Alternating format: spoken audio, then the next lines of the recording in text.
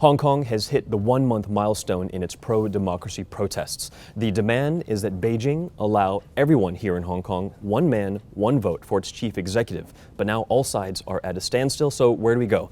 I'm Ramy Inocencio for the Wall Street Journal Digital Network. Joining me here in the Hong Kong studios is Anson Chan, former chief secretary for not one, but two administrations here in Hong Kong. Thank you for being here. All right, so 1 month in, first off, how do you feel? Did you think that this would go on for this long?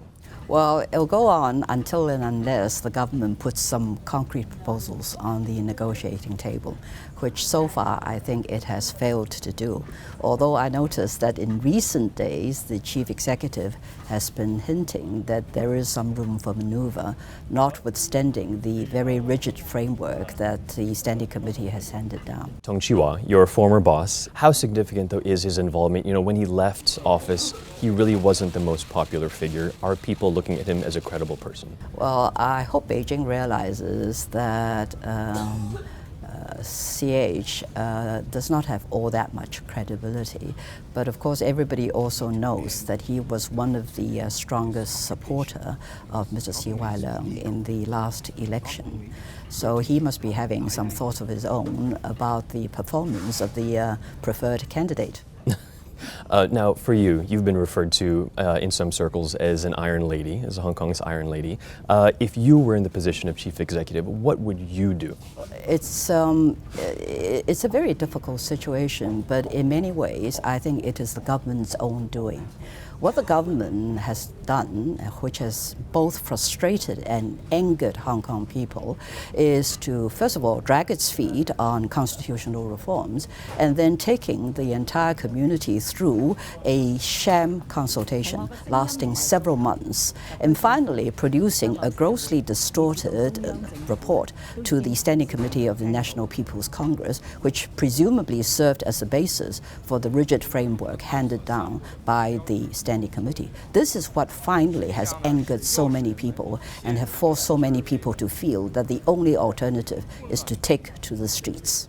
Now, with 1 month on, do you feel that there is, I guess, a desire for some kind of compromise right now? It looks like, you know, everyone's getting a little bit tired on all sides. What do you think could be that kind of compromise? I think the whole world sees what this struggle is all about. I think there is considerable public sympathy in Hong Kong. The students so far have not played one card wrong.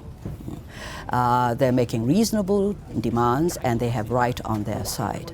If the government wishes to defuse the current situation, the government must at long last show some sincerity, put forward some concrete proposals. Looking ahead to this Sunday, there is a vote, a poll that many of the protesters will undergo on whether they want to accept the government's offers. What do you think of this? Is this something that they should be doing? So they badly also want to be able to draw this to a peaceful conclusion, but they haven't carried this fight so far and go away with nothing in hand. So again, everything comes back to the government. The government really must at long last show some leadership. Right. Currently, the chief executive is elected by 1,200 electors. Of course, everyone wants, the pro-democracy protesters want one man, one vote. Do you see something in the middle happening where, you know, that 1,200 person body is expanded to something bigger, but maybe not universal? Well, if you look at the Standing Committee's decisions, it does not look possible to enlarge the 1,200 nominating committee. So, if we're going to stick with 1,200, what you can do is to raise the representativeness of the nominating committee. For example, you should look at seriously replacing corporate votes with votes given to human individuals. All right, now would the government actually want to do that? Because basically they would be ceding power then. They're not ceding power. You promise people of Hong Kong one man, one vote. Well, my advice to the people of Hong Kong is not to believe this false promise. If we pocket the so-called one man, one vote, but have no genuine choice and have to elect somebody from amongst three puppets handed down by Beijing, then we might just as well maintain the status quo in the hope that we can fight for something better. You have said that the current chief executive has been out of touch. Are you calling on him to resign? it's not up to me to ask him to resign. I think he has to ask himself if he has lost credibility in the eyes of Hong Kong people and has no support, then maybe Beijing should look at how long this scenario can continue. Let's say CY Leung did resign.